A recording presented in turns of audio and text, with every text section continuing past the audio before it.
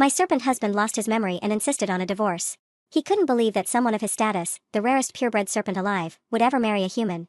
Miss Cassandra, I'm sorry, but I'd appreciate your cooperation in having the mate mark removed. The billion is compensation, no need to return it. Hearing that, I actually felt relieved. I mean, sure, my husband was gorgeous and filthy rich. After the divorce, if I ever looked for another husband, I would definitely find someone a bit gentler.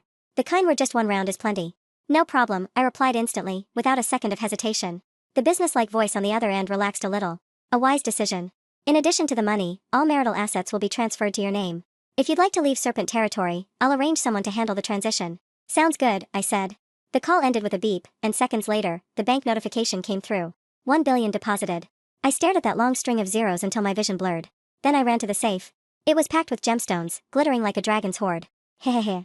Jackpot. As the most powerful purebred serpent, Victor had inherited the entire serpent clan the moment he came of age. 5 years of marriage, and he'd not only bought me an estate that rivaled a palace, but because I liked shiny things, he'd hoarded enough gemstones to fill a vault. And now, all mine. I rolled across the bed several times, giddy, already mapping out my brilliant future. Step 1, sell all the gems. Step 2, find a gentler shifter and live the rest of my life in blissful comfort. Anyway, absolutely no more serpent stamina disasters. I grabbed my phone, ready to browse which clan territories were nice to live in. My eyes landed on the lock screen, one of the few photos we had together. Victor, stone-faced as always, but with his arm locked tight around my waist. My fingertip traced across his face on the screen. The phone rang. Louis, Victor's younger brother and the serpent clan's famously elegant second-in-command. Right now, though, his voice had lost every trace of composure. He sounded like he was falling apart. You can't divorce him just because he got hurt. He's the one who insisted, I reminded him quietly. Ever since he lost his memory, he's been pushing for it. Honestly, I figured you'd be happy about this. That's because he forgot. Louis's voice shot up. Think about how he was before. He was crazy about you. The first time he saw you, he broke clan law to mark you on the spot. He nearly died from the punishment. The bonding ceremony, he obsessed over every single detail. You mentioned you liked the night sky, and he almost emptied half the clan treasury to build that starlight dome. Work? Clan duties? Did he give a damn about anything besides you back then? He dumped it all on me.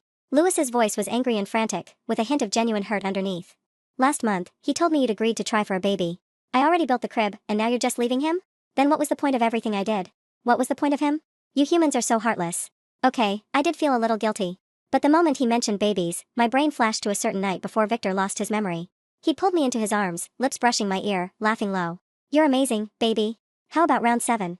The guilt vanished without a trace. Victor loved me, yes, but his love was overwhelming, suffocating, all-consuming. Maybe some distance would be good for both of us. I sighed. He doesn't remember anything right now. Let's just take a break and cool off. Then make him remember. Louis was desperate. Just give me 2 more weeks. I'll find a way to restore his memory, I swear. He was practically begging now. What guy out there is as devoted and loaded as my brother? It's just 2 weeks. Can you really stand to watch him get his memories back and realize what he lost? Can you imagine the look on his face? Devastated and full of regret. The Victor the first knew, dominant, unyielding. Would he really make that kind of face? The thought of him in that kind of pain made something twist in my chest. Outside the bedroom door, there was the faintest click, the sound of high-clearance authorization being accepted. My breath caught. I turned toward the door as it slowly swung open. A tall man stood there. Golden hair. Green eyes. Staring straight at me. So you're my mate. Strange, seeing him like this. Since the amnesia, this was the first time we'd come face to face. He stood in front of me, and reality finally sank in. This was a different Victor. He didn't step inside right away. His gaze swept from my neck all the way down to my ankle. I hung up the phone, fidgeting with the lace trim of my nightgown. Yeah, that's me. Though ex-wife might be more accurate soon. He didn't respond right away, one hand in his trouser pocket, the other casually adjusting a cuff, moving with an elegance that didn't belong to a man who'd been severely injured. Louis tells me I used to love you very much. His voice was still a little hoarse. Used to. Something about the phrasing made me angry, though I couldn't quite say why. And I looked up. Is Mr. Victor saying this because he finds his past self ridiculous? He didn't answer immediately. His gaze drifted to the nightstand. There sat a photo from last year at the sapphire mine. In it, I was hugging a massive uncut stone, beaming. Victor stood behind me, arms around my waist, chin resting on top of my head. Cold expression, impossibly soft eyes. Now Victor looked at that photo and frowned. Not ridiculous, he said after a few seconds. Just hard to understand. I don't understand why I would have fallen in love with a human. I turned away with a scoff. That wasn't what he said when he was chasing me. The day we first met, I'd just gotten off work, so exhausted I was practically floating. I looked up and was blinded by the most gorgeous man I'd ever seen. He stared at me. I stared back. 5 seconds passed. Just as I was starting to wonder if I was hallucinating from fatigue, he smiled. It was the kind of smile where his entire face lit up, full of shock and joy and deep, overwhelming satisfaction. Found you, he said, his voice like a cello. Huh? My mate. He closed the distance in one stride and pulled me into his arms without asking. I was so startled I dropped my files everywhere. Wait, sir, you've got the wrong person. No, I don't. He dipped his head, his nose almost brushing my cheek, and inhaled deeply. This is the scent. It's you. I've been looking for you for 27 years. I found out later that serpents have an instinct to mark their destined mates. After coming of age, they're driven to seek out a scent that belongs to them alone. No one expected that Victor would feel nothing for any female shifter, and that he'd find what he was looking for in a dirty corner of a human city. He told me that in that moment, 27 years of restless, churning blood went still. Marry me, Cassandra. I'll give you everything. Cassandra? Victor's voice yanked me out of the memory. I blinked. He was still watching me. Sorry. I forced the corners of my mouth up. Just remembering some things from before. Like how he'd swept into my life with that absolute certainty and dragged me into the world of shifters. And how he was now using amnesia as an excuse to say he didn't need me as his mate anymore. Mr. Victor. I met his eyes. When you get your memories back, will you regret this? His gaze held mine. I don't regret any decision I've made. Even if my memories return, I won't change my mind. Monday. I expect you at the mark removal center. Don't be late. I nodded. Fine. He didn't say another word and turned to leave. My head was a mess, but old habits kicked in and I instinctively moved to walk him out. I tripped on the edge of the rug. Careful. A force caught me around the waist and pulled me back. I crashed into a solid, warm chest. That familiar cool scent wrapped around me instantly. Through the thin fabric of my nightgown, I felt the steady thud of his heartbeat against my back. One beat, then another, strong and sure. Thank you for listening to Channel Sapphire Novel. Then he let go as if he'd been burned. I turned. He was staring at his own hand, the one that had just held me, looking confused. Sorry. His voice was even rougher now. That was out of line. He turned and left quickly, almost stumbling. I watched him disappear down the stairs. The spot on my waist where his hand had been still felt warm. I touched it, then reached back to feel the faint raised outline of the serpent-shaped mark on the nape of my neck. Liar, I whispered at the empty doorway. I spent an entire week packing. The walk-in closet was full of clothes Victor had bought me over the years, and half of them still had the tags on. The night before the signing, I sat by the massive floor-to-ceiling window, hugging my knees, staring up at the starlight dome Victor had built for me. Somewhere between waking and dreaming, I felt myself sink into a warm embrace. Baby, wearing this little? Victor's voice curled against my ear, low and rough with laughter. I looked down and found myself wearing nothing but one of his white dress shirts. His hand was broad and warm, sliding from my waist down to my thigh. Didn't we agree on resting tonight? I protested weakly, even as my body melted against him. Resting. He laughed softly, nuzzling into the curve of my neck. Just holding you while we rest. But his fingers were already slipping under the hem of the shirt. Serpents ran colder than humans, but his touch felt like warmth itself, drawing shivers everywhere it lingered. Victor, I curled into myself. Shoo, don't be scared. He kissed my shoulder, his words slurring against my skin. I'll be gentle tonight. Liar. He didn't know the meaning of the word. He held me in front of the floor-to-ceiling window and made me watch the sky he'd built for me. The stars in my vision swayed and blurred. Like it? He caught my earlobe between his teeth, breathing hot. I moaned and nodded. His laugh was low. Good. My star should always stay right beside me. The alarm shrieked and I jolted awake. Pale morning light seeped through the window. The room was empty. I lay there for a few minutes, stunned, then slowly sat up. What in the world was I dreaming about? I took a deep breath and shoved the word forever out of my head. We were about to be done. No business dreaming about him like that. While brushing my teeth, I stared at the dark circles under my eyes in the mirror inside. Today was a big day. I changed into a white button-down and jeans, the same outfit I'd been wearing the day we first met. Full circle. When I arrived at the center, Louis was already waiting outside. He looked rough, with two massive dark circles under his eyes. Cassandra, he started to say something, then stopped himself. Don't, I cut him off. It's happening today. Louis sighed and led me inside without another word. Victor was already there. He heard our footsteps and turned. His eyes landed on me, and he went completely rigid. You. His voice came out shredded. Who told you to leave the house dressed like that? What? I looked down at myself. What's wrong with it? He said nothing. His gaze traced from the collar of my shirt all the way down to where the jeans hugged my legs, and stayed there for a long time. Nothing. He finally tore his eyes away, his voice tight. Let's go in. He turned first and walked toward the mark removal room. I followed. At the door, the doctor gestured for me to lie on the exam bed. The moment I lay down, something cold pressed against the back of my neck. Removing a mate mark is quite painful, the doctor said gently, especially for humans. You'll need to rest for a while afterward. I nodded. Go ahead. I closed my eyes and braced for the pain. Wait. Victor's voice. My eyes flew open. He was standing right beside the bed. What is it? The doctor asked. I just remembered, he said. I have an important meeting today. What meeting? Louis frowned. I don't know about any meeting. It was last minute. Victor grabbed Louis's arm. I'm sorry, Miss Cassandra. We'll have to reschedule. And just like that, he left. I lay on the exam bed, staring blankly at the empty doorway. Well. The doctor looked at me. We can't proceed with only one party present. I sat up and touched the back of my neck. What was Victor playing at? He'd insisted on the divorce, then ran when the moment came. Serpents were impossible to read. This next song goes out to a brave lady who's just decided to start a brand new life. The spotlight snapped onto me. I threw up a hand to shield my eyes. Through my fingers, I saw the fox shifter on stage winking at me, his fluffy tail swaying lazily behind him. The crowd erupted in friendly whistles and laughter. I froze in my booth, ears burning. I shouldn't have come tonight. The mark hadn't been removed, and the back of my neck still felt hot. When the fox shifter texted me, my head had been a mess. He was someone I'd connected with after posting online yesterday, asking which clan's territory was best to settle in. A fox. Friendly, maybe too friendly. By the time I came to my senses, I was already sitting in a bar. Halfway through his song, Alex jumped off the stage and walked straight toward me. The crowd went wilder. He slid into the seat across from me, setting his guitar aside. I was starting to think he'd stand me up. He propped his chin on his hand and studied me. Especially since you smell so strongly of snake that I picked it up 2 blocks away. I touched the back of my neck on reflex. There was a complication, I kept it vague. The divorce didn't go through. Got it. He nodded graciously. So, does that mean it's my turn now? Mind if I sit a little closer? Easier to talk. Before I could answer, he was already up and settling in next to me. I started, but I was struggling to keep up with this level of enthusiasm. He leaned in. 2 fluffy fox ears popped up on top of his head. Want a touch? The tips twitched invitingly. Way softer than snake scales. Who could say no to twitching fox ears? By the time I caught myself, my fingers were already buried in the fur, rubbing like my life depended on it. Rough hands, babe. He said it like a complaint, but he ducked his head to make it easier for me. His bushy tail quietly curled around my waist. Warm, soft, impossibly fluffy. Alex. I tried to pull my hand back. He caught my wrist and pressed my palm gently back onto his ear. Keep going. Serpents don't know how to treat a lady right. We foxes? We do. For one fleeting moment, I felt guilty. 2 voices were screaming in my head at the same time.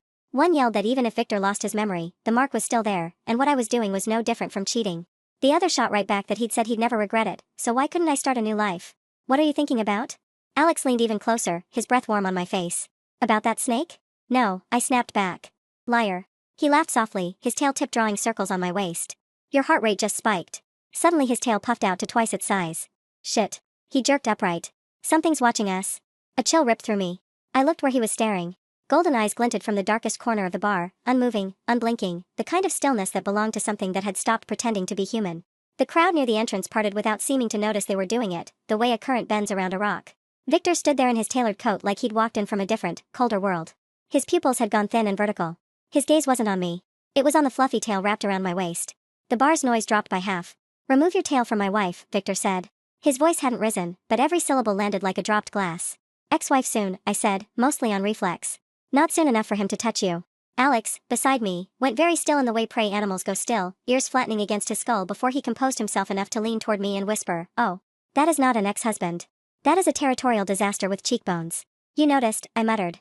Victor crossed the room without seeming to move quickly, the way predators cover ground, all economy and no wasted motion.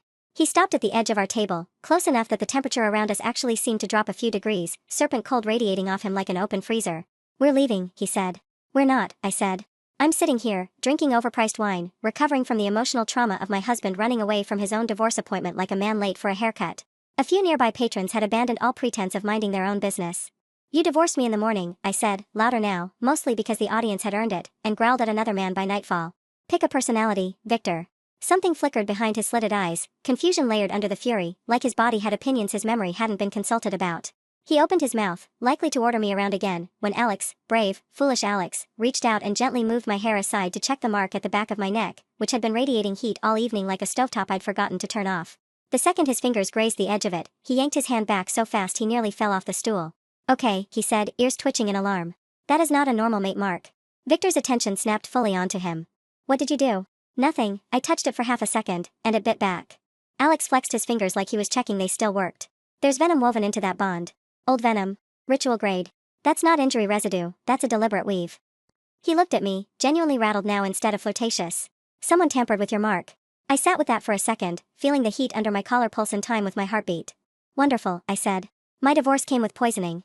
Does that cost extra, or was it included in the billion? Victor's jaw tightened. Whatever fury had brought him storming into this bar had gone quiet, replaced by something more unsettled. The door slammed open before either of us could say anything else, and Lewis stumbled in looking like a man who'd aged a decade since breakfast, tie loosened, eyes bloodshot, hair standing up in 3 different directions like he'd been running his hands through it for hours. He took in the scene. Me. Alex. Alex's tail. Victor's murder eyes. He closed his own eyes briefly like he was praying for strength. I asked for 2 weeks, he said, to the ceiling, not one fox scandal and a clan coup.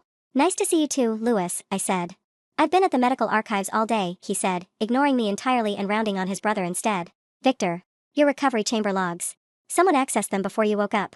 Someone requested the divorce paperwork drafted while you were still unconscious. Someone scheduled the mark removal appointment 4 days before your official discharge. Victor's expression, already strained, went sharper. Who? I have a very strong guess, Lewis said, and she wears too much jewelry for someone who claims to despise ostentation. Victor's hands curled into fists at his sides. Something in his face shifted, a memory trying to surface and failing, the strain of it visible in the tightness around his eyes. He remembered fragments, I realized, watching him. Not the whole picture. Just enough to hurt. I need to see the council, he said. They already called an emergency session, Lewis said. Word spreading that the human refused the mark removal a second time. The elders want it finished tonight. I stood up from the booth, smoothing down my shirt, feeling the mark at my neck throb with something that might have been anger or might have just been venom deciding to be dramatic. Then I'm coming, I said. Cassandra, it's dangerous, Victor started. I laughed, short and sharp. I own half the clan treasury, Victor. I think I can survive a room full of judgmental snakes. Alex raised a hand. For the record, I'm coming too. Someone needs to bring warmth into that room, and also I want to see what happens when this many jealousy pheromones and I end up in the same building. You're not helping your case, I told him. I never am, he said cheerfully. It's part of my charm. Victor looked between the two of us like he was reconsidering every decision that had led him to this exact moment, then turned and walked toward the exit without another word, which I took as agreement, since arguing with him rarely worked even when he had all his memories. I went home first, because if I was walking into a council chamber full of people who'd spent 5 years treating me like a temporary inconvenience, I intended to look like exactly what I now was, a woman who owned most of their treasury. I opened the vault, ran my hands over the gems Victor had spent years collecting for me, and chose deliberately, sapphires at my throat, an emerald cuff heavy enough to double as a weapon, rings on every finger that could plausibly hold one. I came here as the discarded human wife, I told my reflection. I dressed as the treasury because I like accuracy. The council chamber was exactly as cold and self-important as I remembered from the one time Victor had dragged me to a formal clan event years ago, all marble and old serpent portraits glaring down from the walls like disapproving ancestors. Lady Seraphina sat near the front, elegant in pale silver, her expression arranged into something that managed to be both bored and cruel at once. Ah, she said, when I walked in, gems catching the light. The human. Dressed for a funeral, I hope. Yours. Careful, I said, taking a seat without being invited. Insulting the woman who owns the palace you're sitting in feels like a rent negotiation you'll lose. A ripple of scandalized murmuring moved through the elders. Lewis, trailing in behind me, made a small strangled noise that might have been a suppressed laugh. Seraphina's smile thinned. Victor already requested the divorce. The human accepted compensation. There is no reason to delay the mark removal any further.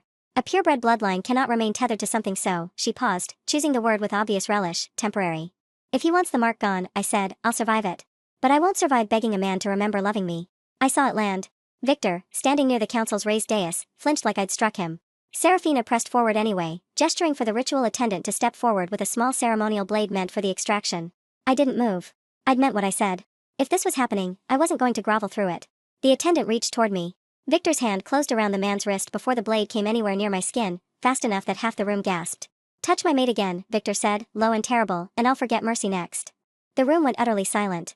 That was the moment Alex chose to make his entrance, striding in with his tail high and his ears out, entirely unbothered by the collective glare of an entire serpent nobility. Apologies, he said, bowing with theatrical flourish, for bringing warmth into the room. It seems unfamiliar here. An elder near the front sputtered something about foxes having no business in serpent territory. Alex ignored him entirely and crossed to me, kneeling briefly to examine the mark again, fox illusion magic shimmering faintly gold around his fingertips as he traced the pattern without quite touching it this time. There, he said, and the shimmer expanded, projecting a faint, translucent image above the mark for the whole room to see, threads of venom woven through what should have been a clean bond, dark and deliberate. This wasn't an accident. This was crafted. And it wasn't laid over her side of the bond. He looked up at Victor. It went in through you. Lewis stepped forward with a stack of documents that looked like they'd been assembled in a hurry and read 100 times since. Recovery chamber access logs. Unauthorized entry, 4 hours before Victor's official wake time. Divorce documentation, drafted and timestamped the same evening. He looked directly at Seraphina. My brother forgot his wife. Conveniently, every elder who hated her remembered the paperwork. Seraphina's composure cracked, just slightly, at the edges. This is absurd. You have no proof that the Mark Removal Center attendant already gave a statement, Lewis said. He said he was pressured by the Elder Council to move the appointment forward before Victor could recover fully. He named you directly. Victor had gone very still, staring at the projected image of the tampered mark, something working behind his eyes. Alex reached out and let the illusion magic pulse once more, this time threading it gently toward Victor instead of the mark, drawing on whatever fragments of memory the venom had buried instead of erased. Victor's whole body went rigid, breath-catching, and for a moment the room watched him relive something none of us could see. When he came back, his voice was hoarse. She was standing over me, he said, looking at Seraphina like he was seeing her clearly for the first time in months. While I was still unconscious. She said, once the human is gone, he'll remember what he was born to be. His hands were shaking now, not from weakness. I tried to hold on to your name. It kept burning away. I only kept one word. He looked at me. Cassandra, he said. I didn't move toward him. Not yet. Serafina's mask finally shattered entirely, her voice climbing into something shrill and furious. She is nothing. A greedy human who took your money the moment it was offered. You think she loves you? She mourned this marriage for 12 minutes before she started counting gemstones. I mourned this marriage for 12 minutes, I said, standing now, letting every stone Victor had ever given me catch the light. Then the bank notification arrived. Your mistake was thinking that made me stupid instead of prepared. She ordered the attendant forward again, desperate now, grasping for whatever control she had left. Victor moved before the man got close, catching his wrist a second time, harder. The council will hear this properly, Victor said, turning to face the elders directly, voice carrying now with the full weight of his authority. My memory was stolen from me. My marriage was sabotaged while I lay unconscious. The divorce I demanded was built on a lie planted in my own blood. His gaze swept the room. Every elder who signed off on accelerating that removal while knowing my condition was compromised will answer for it. He turned toward me, something raw and desperate in his expression now, and opened his mouth to declare something, some grand public claim on our marriage, exactly the kind of decision he'd made about my life 100 times before without asking. Before you make another decision about my marriage in public, I said, cutting him off, try asking the wife. The room froze. Victor froze. I watched the realization land on him, slow and complete, that he'd been about to do the exact thing that had hurt me in the first place, deciding my life out loud in front of an audience instead of turning to me first. He stopped. He turned fully toward me, and then, in front of the entire Serpent Council, the most powerful purebred serpent alive, ruler of an entire clan, knelt. The room made a sound like a held breath released all at once. I forgot my memories, Victor said, not my vows. I failed you anyway. I looked down at him for a long moment, feeling the ache in my chest that I'd been holding back all night finally settle into something quieter, something that didn't need to be loud to be real. Good, I said. Regret looks expensive on you. Keep wearing it. Serafina, watching her plan collapse in real time, made one last desperate lunge for control. A human cannot stand above serpent nobility.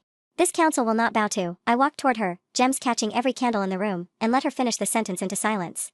You called me a temporary human weakness, I said. Strange. I'm the only one here who didn't need poison to control him.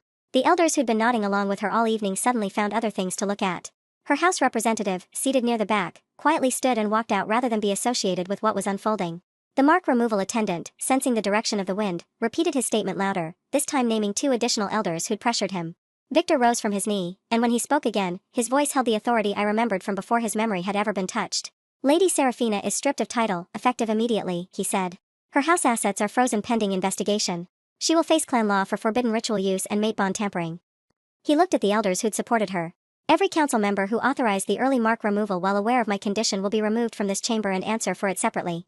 Serafina screamed something about loyalty and bloodline as 2 clan guards moved to escort her out, but nobody in that room moved to stop them, and nobody looked sorry to see her go. Louis, watching the elders shuffle and panic, finally allowed himself the moment he'd apparently been waiting years for. I have waited 5 years to say this politely, he announced to the remaining council. All of you are exhausting, and several of you are criminals. Nobody argued with him. In the days that followed, the fallout moved fast and satisfying. The elders who'd backed Serafina lost their seats one by one, forced through public apologies that Louis drafted himself with what I suspected was personal glee. Clan law was amended, formally, to protect human mates from exactly the kind of manipulation that had nearly ended my marriage. The Mark Removal Center was placed under new oversight, the old director removed alongside the attendant who'd been pressured into cooperation. Serafina's case moved toward formal clan prosecution, her noble house's influence collapsing faster than anyone would have predicted a month earlier, when she'd still been the woman everyone assumed would replace me. Alex, for his part, showed up at the estate exactly once more before giving us space, though giving us space apparently meant arriving with a ribbon-tied basket labeled Divorce Recovery Fox KIT.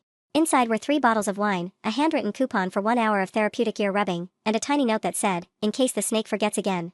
Victor read the note twice. The temperature in the room dropped. Alex dropped into a chair like he owned it, tail swishing with dramatic offense. I'm wounded. Truly. You chose the emotionally unstable snake with treasury access over my superior fur. The treasury did help, I admitted. Victor made a low sound in his throat. Alex pointed at him immediately. See, that. If he growls again, I'm charging entertainment tax. Louis, who had been reviewing punishment documents for the removed elders at the table, looked up with the dead eyes of a man who had slept 9 minutes in a week. Can we please have one afternoon where nobody growls, flirts, poisons, marks, unmarks, kneels, or starts a diplomatic incident with a fox basket? Alex raised one finger. To be fair, the basket is emotionally supportive. It has a coupon for touching your ears, Victor said coldly. Yes, Alex said. That's the support. I reached into the basket and picked up the coupon. This has an expiration date. Premium fur is a limited resource. Victor looked at me. Cassandra. What? I folded the coupon carefully and slipped it into my pocket.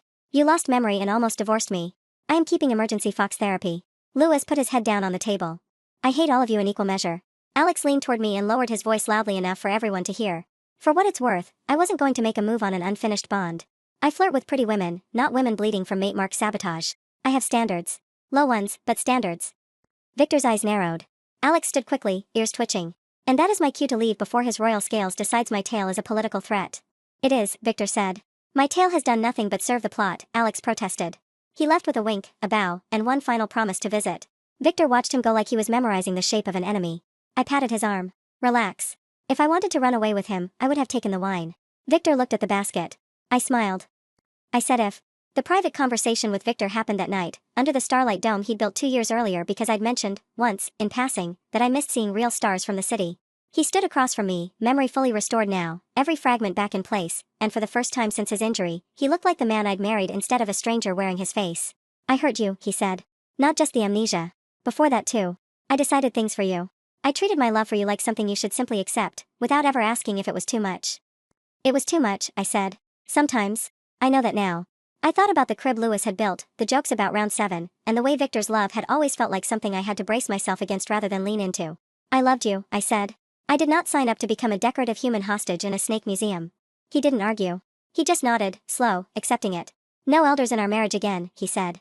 No decisions about your life without you in the room. No mark removal unless you choose it yourself. And if I ever lose my memory again, Lewis has my full legal permission to hit me with a chair. He'll enjoy that far too much, I said. He's earned it. I crossed my arms, considering him. I have terms. Name them. I keep the billion. I keep the gems. The marital assets stay in my name. You earn trust back slowly, not because you knelt once in a council chamber, but because you show up, every day, without deciding things for me first. No elder addresses me as temporary again. Alex stays on my approved friend list, because his ears are therapeutic and I refuse to give that up. You do not hiss at foxes unless they deserve it. And if you ever make another unilateral decision about my life, I sell a palace. Which one? Whichever one annoys you the most to lose. He almost smiled. Agreed. All of it.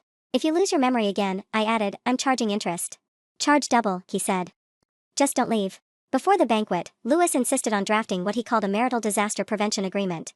It was 37 pages long. 37? I asked. Lewis slid the document across the table with the solemn expression of a man presenting a peace treaty between hostile nations. I cut it down from 62. Victor read the first page and frowned.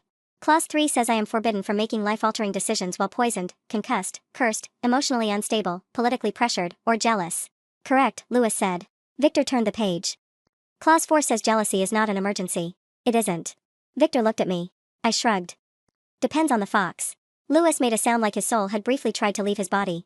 The next clause stated that if Victor ever attempted to divorce me under magical influence again, all compensation would be doubled automatically, including gemstones, estates, apology jewelry, emotional damages, and what Lewis had labeled inconvenience sparkle. Inconvenience sparkle? Victor repeated. I leaned over to read it. I like that. I knew you would, Lewis said, already looking defeated. Victor signed without argument. That, more than the kneeling, almost made me forgive him. The clan banquet, weeks later, felt different from every formal event I'd attended before, elders bowing where they used to smirk, Serafina's old seat sitting conspicuously empty at the front table, her name already spoken in the halls like a cautionary tale for younger nobility. Victor stood beside me, introducing me not as some human curiosity his bloodline had been saddled with, but as his mate, his wife, and the owner of half the clan's treasury. Most of the treasure, I corrected quietly. He glanced at me, something warm breaking through his usual composure. Most of the treasure, he agreed. Somewhere near the back of the hall, Lewis muttered something about romance being expensive, though he didn't sound like he minded it anymore. Victor once told me his blood had searched 27 years for my scent, and I used to think that was the whole of the romance, the finding. Now I knew better. Love wasn't locating someone once and holding on tight enough that they couldn't leave. Love was remembering, choosing, kneeling in front of an entire council when you finally understood how badly you'd hurt someone. So I kept the billion. I kept the gems. And when the most powerful serpent alive asked, quietly, under the stars he'd built for me, whether he could stay beside me, I smiled and told him exactly what he'd earned the right to hear. Earn it. Did she go far enough, or was she still too merciful? Comment justice if the ending was perfect. Comment harder if you wanted an even colder revenge. Your comments decide how ruthless the next ending should be. Like and subscribe if you want to be here for the next story.